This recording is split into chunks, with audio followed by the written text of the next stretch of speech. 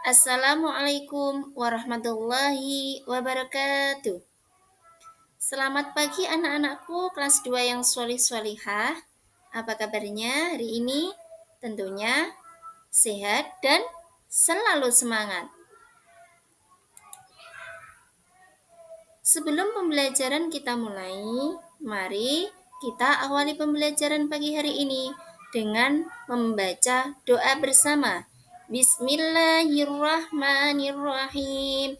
Ya Rabbi zidni ilma warzuqni fahma. Amin. Ya Rabbal Alamin. Nah, tujuan pembelajaran kita pagi hari ini yang pertama, menjelaskan pengertian sholat. Yang kedua, mengetahui bacaan dan gerakan sholat dengan benar dan baik. Yang ketiga, mempraktikkan sholat fardu dengan baik dan benar. Nah, sudah ada yang tahu apa dari pengertian sholat fardu itu? Sholat fardu adalah sholat 5 kali sehari sebagai perintah langsung dari Allah kepada setiap muslim. Tentunya anak-anak sudah melaksanakan semua ya, baik di rumah maupun di sekolah. Nah, sebagai seorang muslim harus kita ketahui bahwa ada jenis-jenis sholat fardu. Yang pertama, sholat subuh. Nah, sholat subuh dimulai dari fajar sampai terbitnya matahari. Yang kedua, sholat zuhur. Sholat zuhur dimulai dari lingsirnya matahari, yaitu matahari berada di tengah-tengah ketika suatu benda, contohnya kita tegakkan, kalau sudah tidak ada bayangannya, berarti itu kita sudah masuk waktu sholat zuhur. Yang ketiga, yaitu sholat asar. Dimulai dari keluarnya sholat zuhur sampai terbenamnya matahari. Sholat maghrib. Sholat maghrib dilaksanakan yaitu mulai dari terbenamnya matahari sampai masuknya sholat isya. Nah, yang kelima, sholat isya dimulai dari keluarnya sholat maghrib sampai masuknya sholat subuh. Nah, anak-anakku yang solih-solihah, ada beberapa syarat wajib sholat. Yang pertama, beragama Islam. Yang kedua, berakal sehat, bisa membedakan yang baik dan buruk, yang hak dan batil. Yang ketiga yaitu balik, sudah sampai umur. Selain syarat wajib sholat, ada syarat sah sholat. Di antaranya suci dari haid dan nifas, menutup aurat. Sudah kita pelajari nggih, aurat antara seorang laki-laki dan seorang perempuan dalam sholat.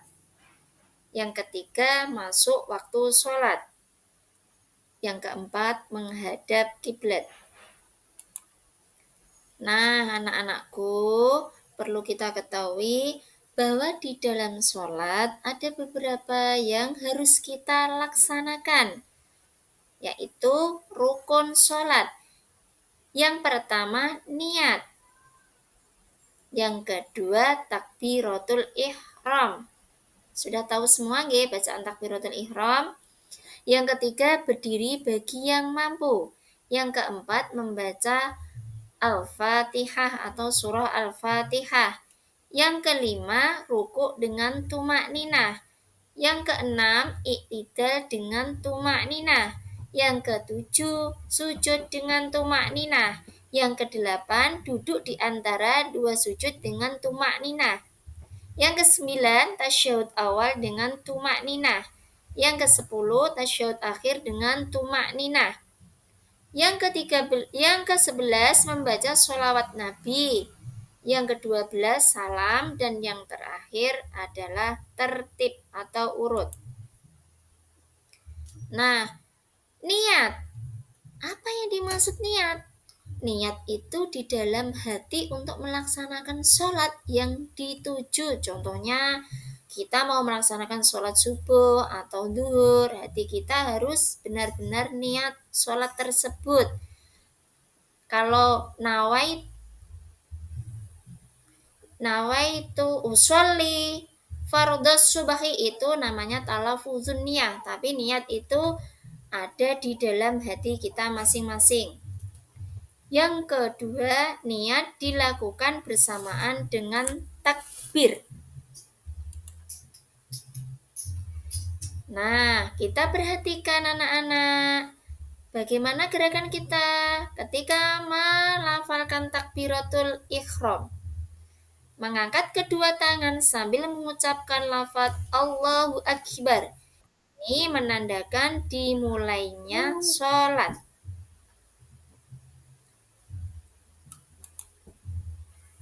Selanjutnya, membaca Al-Fatihah. Berdiri tegak dan membaca surah Al-Fatihah di setiap rakaat. Diikuti dengan surah pendek pada rakaat pertama dan kedua. Adapun untuk membaca surah pendek itu termasuk sunnah. Boleh dibaca dan boleh tidak dibaca. Ruko. Nah, yang harus kita perhatikan gerakan ruko. Membungkuk dengan punggung lurus dan tangan di lutut. Dan membaca bacaan tasbih Subhana rabbiyal azimi wa bihamdih sebanyak 3 kali. Nah, iktidal, apa itu iktidal? Iktidal itu berdiri tegak setelah ruko, membaca kalimat sami Allahu liman hamidah, diikuti dengan Rabbana lakal hamdu mil'us samawati wa mil'ul ardi wa mil'u ma syi'ta min syai'im ba'd. Nah, selanjutnya gerakan sujud. Dalam sujud perlu diperhatikan ada beberapa anggota tubuh yang harus diletakkan di tempat sujud, yaitu dahi, hidung, kedua tangan, kedua lutut, dan ujung kaki menyentuh lantai. Membaca lafaz Subhana rabbiyal a'la wa bihamdih sebanyak 3 kali. Duduk di antara dua sujud. Anak-anak perlu kita perhatikan dalam duduk di antara dua sujud, duduk posisi iftiros, yaitu kaki kiri diduduki, kaki sebelah kanan dengan tegak.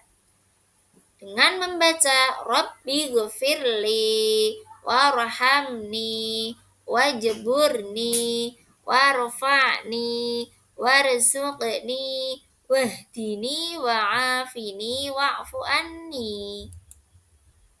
Nah, tasyahud. Ini yang perlu kita perhatikan. Di antara tasyahud awal dan akhir itu berbeda. Tasyahud awal dilakukan pada rakaat kedua sholat dengan lebih dari 2 rakaat. Kalau tasyahud akhir dilakukan sebelum salam pada rakaat terakhir. Nah, salam ya. Setelah tasyahud akhir, berpaling ke kanan dan ke kiri sambil mengucapkan lafal Assalamualaikum warahmatullahi. Ingat, yang bergerak, yang menoleh itu hanya kepala dan leher kita, sedangkan dada kita tidak boleh bergerak ya.